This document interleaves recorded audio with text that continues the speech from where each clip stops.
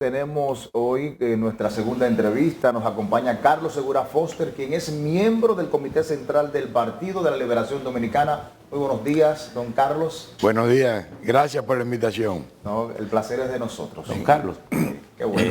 usted es un hombre sumamente ligado a la producción del país, a la riqueza del campo, a la vida del campo. Y me imagino que el Partido de la Liberación Dominicana está tratando de reandar sus pasos por ahí. ¿Cuál es la situación de la zona rural de la producción del país?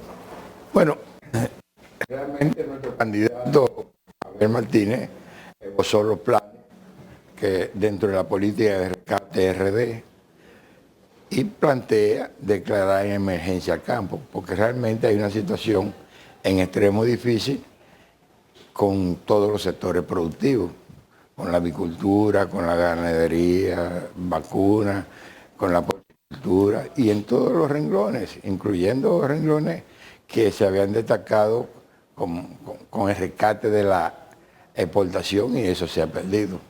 Entonces sobre eso está enfocado, lo esboza bien claro, declarar emergencia, destinar recursos identificados $4.000 millones, más otro para la parte de tecnificación e innovación, que es parte de lo que nos va a permitir en las mismas áreas producir más y rescatar los niveles de producción que no nos tengan en esta situación de que hemos venido dependiendo en los últimos 3 años de las importaciones.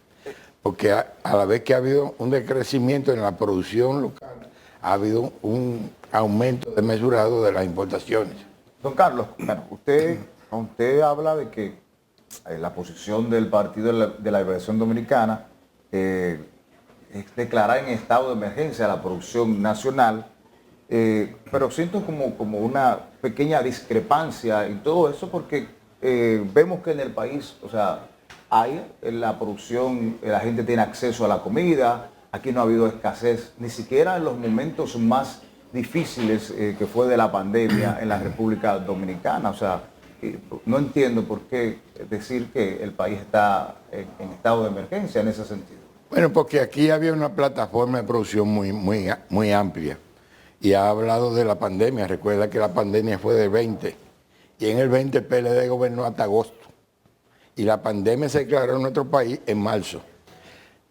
Al país lo sorprendió la pandemia en medio de los mayores niveles de producción. Nosotros habíamos producido el 89.7% de la demanda nacional en el 2019. Cuando llegue el 20, que nosotros estábamos previstos de seguir el crecimiento del turismo, porque quiero recordar que fuimos nosotros que nos planteamos la meta de 10 millones de turistas y lo veníamos cumpliendo hasta que se presentó la pandemia. Pero en el 20 que hubo una sobreoferta de alimentos que nosotros hubimos de enfrentar con medidas inteligentes, porque para eso es que son los gobiernos, para que un problema que se presente, resolverlo. Hubo que impedir que los estudiantes siguieran asistiendo a la escuela. ¿Qué hicimos? Mandarle los alimentos a su casa. Pero como teníamos una sobreoferta, si habían 3 muchachos en una casa, en la escuela, que comían en la escuela, a su casa les mandábamos 5 raciones, incluyendo a los padres. Entonces, esa situación de oferta suficiente se mantuvo hasta agosto. Pero siempre se ha dicho que la producción del país genera alrededor del 85% del consumo. Entre el 85 y el 90% generó... ¿Qué tanto ha variado eso? Mirado en la realidad actual. En el año 2022, el consumo dependió en un 31% de la importación. Porque partiendo de situaciones reales, vamos a decirlo como a graficar, este gobierno encontró un país hecho y derecho, donde ellos siguieron transitando la carrera del éxito, como el turismo, zona franca, han tenido éxito. Pero donde ellos variaron las condiciones que encontraron, pues simplemente volvieron a este país un desastre. Pero, por ejemplo, en el caso del Banco Agrícola, que usted estuvo dirigiéndolo muchos años, el gobierno inicial introdujo dinero incluso a tasa cero. Sí. ¿Qué efecto tuvo eso en el mercado? Neutro con relación a la producción, pero permítame esbozar lo que es la realidad. Nosotros habíamos importado, porque la importación no es un pecado, es una regla conveniente para los países, el comercio internacional, de vendo y compro. Y eso se planifica. Nosotros habíamos importado en alimentos 1.000 millones de dólares. En 4 meses el nuevo gobierno importó 2.100 millones de dólares, sustituyendo un mecanismo transparente y que medía cuál era la necesidad de importar, como era en la subasta, en la Junta Agroempresarial Dominicana. Y sustituyeron ese mecanismo por un mecanismo opaco de otorgar permiso sin conocer quiénes son los beneficiarios, y eliminaron lo que fue en 8 años ingresos de 12.000 millones de dólares que pudieron la subasta, una media de 1.500 millones por año. Y en este gobierno no ha habido un solo ingreso al presupuesto de la otorgamiento de los permisos, para no decir. Si vemos esos datos, doctor. No, pero permítame, porque en el 21 aquí el país redujo como consecuencia de eso. Recuérdense que aquí trajeron en exceso papas, cebolla, remolacha, zanahoria, y los productores tuvieron que destruirlo, su producción nacional, porque les resultaba más caro recolectarlo y venderlo que lo que le... Pero tenemos cifras de lo que el país está produciendo hoy con respecto a la demanda. ¿De cuánto? Sí, Usted decía 85, 89. Hoy en día, ¿qué porcentaje de lo que demanda el mercado nacional estamos produciendo? En algunos renglones, en el 21 aquí disminuyó la producción de 45 de 62 productos agrícolas y de 3 de 6 productos pecuarios. Esta situación se mantiene hoy en día. La pecuaria sigue creciendo, la producción de pollo y huevo, e increíblemente, a pesar de que somos autosuficientes y tenemos aumento año tras año, seguimos importando pollo. Si ese cuadro fuese así, uno supone que esos datos o esa realidad se reflejaría en las encuestas y no parece estarse reflejando. O hay unas lecturas diferentes a, por ejemplo, a las encuestas que están saliendo. ¿Ustedes sienten que están mejor que lo que dicen las encuestas como partido, como opción? No, nosotros vemos las encuestas divididas por las partes. Hay una parte que es el sector más rico de este país que se siente muy bien y los pobres se sienten muy mal. Si usted la desglosa por zona, por quintil, por región, se va a encontrar que a los pobres dicen que se lo está llevando el diablo y los ricos dicen que le está yendo muy bien. Por ejemplo, Carlos, yo recuerdo una vez que al expresidente Danilo Medina se le criticó las visitas sorpresa. Se dijo que eso era una planificación, que no era nada, no tenía que ver nada con la realidad. Y yo recuerdo que hasta se hizo un acto masivo en un hotel de la capital de apoyo al presidente Danilo Medina, de pequeños y grandes productores. Me encuentro raro que no ha ocurrido quizás, de acuerdo a lo que usted plantea y lo que ustedes manejan del sector agropecuario, de que hay una crisis en este momento. Y no he visto, perdóname, quizás no sé, no me he dado cuenta, pero no he visto esa queja tan profunda y tan aguda de los productores. ¿Por qué? Las quejas se están produciendo de los productores, inclusive la semana pasada hubo una gran concentración en Bonao. Sí. Lo que pasa es que aquí el gobierno está aplicando una vacuna, la vacuna del silencio, que cuesta 8.500 millones de pesos, para que las quejas que llegan a los diferentes medios se queden ahí en los medios. ¿Usted cree que se le están pagando a los medios para que no divulguen esa información? No, los medios se sienten tan complacidos que, pues, aquí hay un ejemplo. Pero no vamos a entrar en eso. Mire, lo que quiero destacar es que aquí la oferta está sustentada en que las importaciones pasaron de 3.100 millones que fueron en el 19 a 6.000 que van a ser en este año. Y no es solamente el precio FOB de las importaciones, sino los volúmenes. Pero yo te puedo citar situaciones reales que se están viviendo y que lo dicen los productores. Hay un decrecimiento grave de la producción de leche. Lo han compensado con las importaciones. Inclusive hay una disposición que el primero que la dispuso fue Danilo, el decreto 168-19, que disponía que todos los programas sociales especialmente el de alimentación escolar, debe ser de producción nacional. Eso lo destruyeron. Y las 4 grandes empresas, propiedad de los pequeños y medianos ganaderos, le eliminaron el 50% de las acciones para dárselo a una sola empresa de un rico. Entonces, eso es lo que ha originado que aquí gente que se dedicaban, familias que tenían 3 y 4 generaciones dedicadas a la producción bovina, han abandonado la actividad. Los productores de piña dijeron que el 47% han desaparecido como consecuencia de que están importando piña que debiéramos estar produciendo aquí. Aquí nosotros llegamos a exportar en medio de la pandemia piña a Israel y papa a Rusia. Eso ha desaparecido. Y lo que hemos hecho es que todo el consumo de esos productos ahora lo estamos abasteciendo, incluyendo la piña, que vino ahí, a pesar de las limitaciones sanitarias, un furgón que trajeron increíblemente desde Costa Rica. Pero el caso más insólito es el de la producción de pollo, que nosotros tenemos capacidad para producir 25 millones de unidades de pollo cada 35 días y aquí se sigue importando pollo desde Brasil. Entonces es una situación que ha ido en perjuicio de la producción nacional porque se han privilegiado las importaciones y obviamente la producción está en manos de los pequeños y medianos fundamentalmente, que en el caso de los pollos y los huevos han desaparecido en un 80%, en el caso de la piña ya le dije han desaparecido un 47% y hasta la producción de arroz tiene 2 años consecutivos disminuyendo la producción. El gobierno dispuso en estos días, el presidente anunció, creo que fueron 3.000 millones de pesos para el proceso de tecnificación de la agricultura. Sí. Tengo entendido que en el proyecto Manzanillo hay un experimento con la producción arrocera.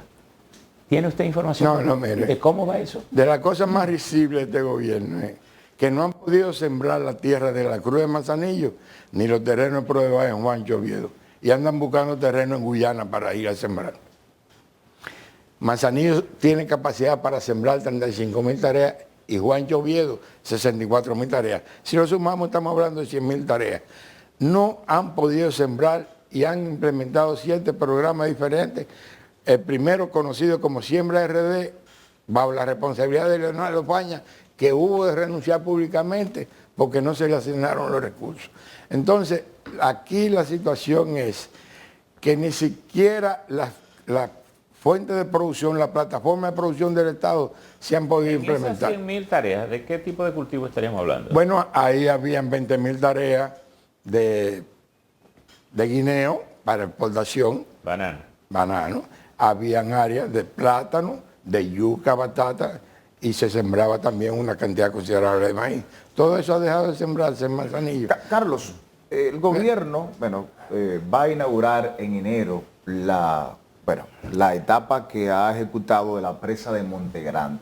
Una obra que inició los gobiernos del PLD y que es ahora que se estaría dando conclusión final.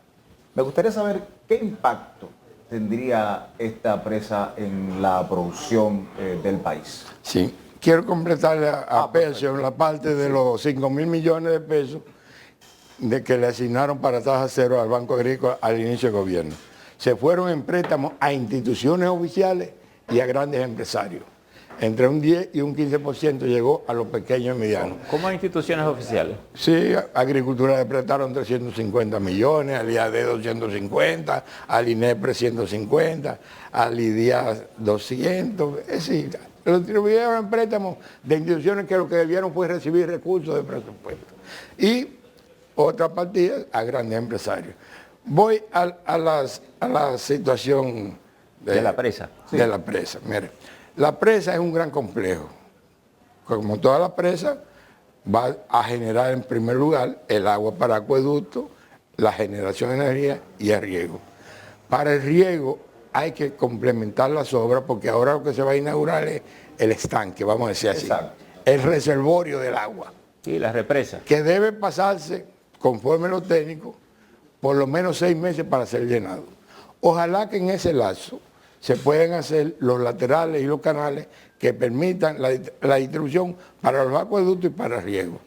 Porque si eso se hace, al término de esas obras, no de esto que se va a inaugurar ahora, estará incorporándose en la región suroeste 400.000 tareas a las áreas de siembra que hay hoy en día. A mí, yo no sé, hay un número que yo no sé si me han estado engañando históricamente, pero cuando se hizo la de Monción, se dijo que los canales incorporarían 300.000 nuevas tareas de tierra en Monción, en la línea noroeste. Sin embargo, no han hecho ni una pulgada de canal. Y la presa sigue ahí. De hecho, no le han hecho ni siquiera la planta de tratamiento de Monción. De manera que toda la porquería que se produce en Monción van a la presa y de ahí le damos agua potable a la línea noroeste y creo que hasta Navarrete. Sí, a todo. Y después hoy con la presa de Monte Grande la misma cifra, 300.000 tareas incorporadas. Para responder a esa inquietud de Miguel, lo primero que hay que hacer son los canales, que son los que hacen posible que se irrigue la tierra. Entonces, la presa ha dado tanto trabajo terminarla, ¿verdad? Que ahora el presidente ha puesto una fecha nueva, que sería enero, no dice exactamente el día, pero bueno, enero. Y en ese tipo de obras grandes, pues difícilmente ponerse una camisa de fuerza. Pero si la presa termina, o el embalse termina en enero, ¿qué tiempo nos tomaría hacer los canales? Es decir, esa sería la otra pregunta. Eso va a depender mucho, porque yo he oído intervenciones del amigo Olmedo, que dice que ahora se está en la fase de los diseños, de las obras complementarias al reservorio de agua, porque lo que se va a hacer es el reservorio ahora. Entonces, eso tuvo una fase previa, que fue la ampliación de Sabana Yegua, que aumentaron la capacidad Pero ciertamente, mira, la presa de Monción tiene otra significación diferente, porque junto con esa, ahora se está haciendo la de Guayuín, que la comenzó Danilo y se ha continuado felizmente. Pero esa presa, lo primero que han tenido el éxito de asegurarle el agua a la región, pero también han controlado mucho lo que son las inundaciones. Y tú conoces la región, lo grave que eran las inundaciones, porque mucha gente piensa que las inundaciones eran consecuencia del desfoque del agua de Tavera, y no era así. Era fundamentalmente del descontrol de las aguas del río Guayuín cuando hacía confluencia por ahí y muchas de las aguas de la zona de Santiago Rodríguez y Mao que van al Yaque del Norte. Que van, cuando hacen confluencia con el Yaque del Norte, a partir de ahí que hacen las grandes inundaciones. Pero ciertamente la incorporación de terreno se produce en función no solo de que se agregan nuevas áreas, sino que se mejoran las condiciones de las áreas existentes, porque la ponen a producir más. Entonces eso pasó en la línea noroeste, pero en la línea noroeste siempre hubo la situación del conflicto entre el uso de los suelos por el problema de salinización. Nosotros felizmente, ahí en el sur están las áreas también con el mismo problema. Si usted coge el tránsito de Barahona a Neiva, usted encuentra muchos terrenos salinizados. Por tanto, no solamente los canales, sino los drenajes que permitan desalinizar esos suelos para incorporarlos a los niveles de producción. Bueno, pero dijeron los japoneses que el sur tiene con el yeso la posibilidad de desalinizar muchos de esos suelos. De desalinizarlo, sí, claro. Pero es una cuestión de tecnología. Claro. Pero yo quiero referirme, porque aquí hay uno de los enfoques que se ha aplicado en este gobierno, es que se han eliminado los pequeños y medianos productores. En el caso de pollo y huevo, eso es clásico. Pero se han concentrado en un oligopolio que pasa entre 10 o 12 empresarios. Y lo mismo está sucediendo en la producción de carne. Son 5 o 6 grupos que están produciendo la carne. Entonces eso crea una situación de desaparición y de mala redistribución de lo que ahora, es la riqueza. No es una tendencia natural de que las comunidades, en la medida que se van urbanizando, quienes producen la tierra son cada vez menos sectores, es decir. Sí, pero por eso nosotros tal vez con más tecnología, pero menos gente participa en esa actividad. Nosotros implementamos el sistema de la cooperativa. Nosotros hicimos 4 grandes plantas, teníamos una quinta en un 95%, que eran propiedad de los pequeños y medianos productores de leche. Pero esos pasaron de 32.000 raciones que servían en el programa de desayuno escolar a suplir 830.000 raciones. Pero vi que los productores de leche le dieron un reconocimiento reciente al presidente. Entonces, No, se lo dio un funcionario del gobierno. no son los grandes los que le dan. Sí, se lo dio óyeme, inclusive todo lo que dice el presidente ahí Ajá. coincide con lo que yo estoy diciendo, porque el presidente dice, nosotros no podemos dejar de perder nuestra capacidad productiva, pero él dejó perder la que encontró. Ajá. Entonces ha puesto a este país a depender de las importaciones, porque lamentablemente lo real de este gobierno es que ha disminuido la producción nacional por privilegiar las importaciones. Bien, bueno, Carlos Segura Foster, miembro del Comité Central del Partido de la Liberación Dominicana, ex administrador general del Banco Agrícola, gracias por su presencia aquí en Matinal. A ustedes, gracias también por la sintonía y por la fidelidad aquí con nosotros, al grupo de medios Telemicro, agradecerles su sintonía y concluimos ya con esta entrevista nuestro programa en el día de hoy. Pedirle a ustedes que continúen con nuestra programación. Muy buenos días.